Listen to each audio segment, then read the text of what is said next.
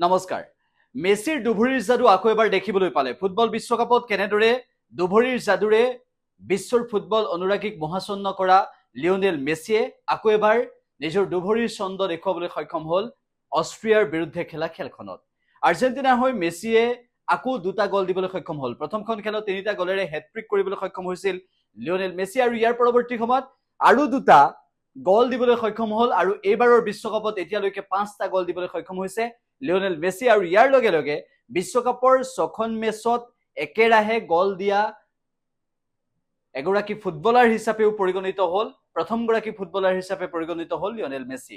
Lionel মেছিয়ে মিৰোস্লাভ ক্লোজৰ জাৰ্মানীৰ মিৰোস্লাভ ক্লোজৰ record ভংগ কৰিবলৈ সক্ষম হৈছে আৰু মিৰোস্লাভ ক্লোজৰ ৰেকৰ্ড ভংগ কৰিছে আৰু এতিয়ালৈকে মেছিৰ গলৰ সংখ্যা হৈছে 18, ক্লোজৰ গলৰ সংখ্যা হৈছে 16 আৰু মেছিৰ গলৰ সংখ্যা এতিয়ালৈকে বৃদ্ধি পালে 18।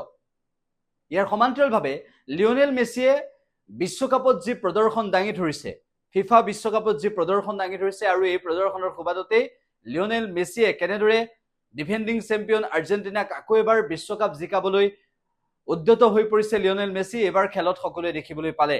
অষ্ট্ৰিয়াৰ বিৰুদ্ধে যিখন খেল, সেই খেলখনত প্ৰথমতে পেনাল্টি মিছ কৰিলেও লিঅনেল মেছিয়ে দুটাকৈ গল পৰৱৰ্তী সময়ত দিবলৈ সক্ষম হ'ল। লক্ষণীয় বিষয় এইটোৱে যে যিটো সময়ত লিঅনেল মেছিৰ পিতৃ অসুস্থ, শাৰীৰিক অৱস্থা অত্যন্ত বেয়া, পিতৃৰ শাৰীৰিক অৱস্থা বেয়া স্বত্তেও খেলপথাৰত নামি দুভৰিৰ যাদুৰে বিশ্ববাসীক মহাচন্ন কৰিছে কেনেদৰে লিঅনেল মেছিয়ে।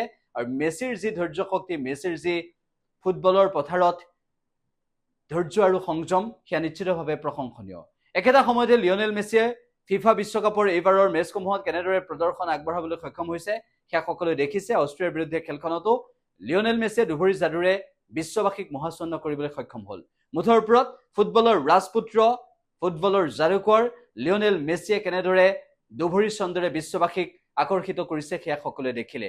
এয়া হৈছে আৰ্জেণ্টিনাৰ খেল চোৱাৰ সৌভাগ্য, এয়া হৈছে ফুটবলৰ সৌন্দৰ্য আৰু এয়া হৈছে লিঅনেল মেছিৰ সমৰ্থক হিচাপে প্ৰতিগৰাকী ফুটবল অনুৰাগীয়ে পোৱা আনন্দ।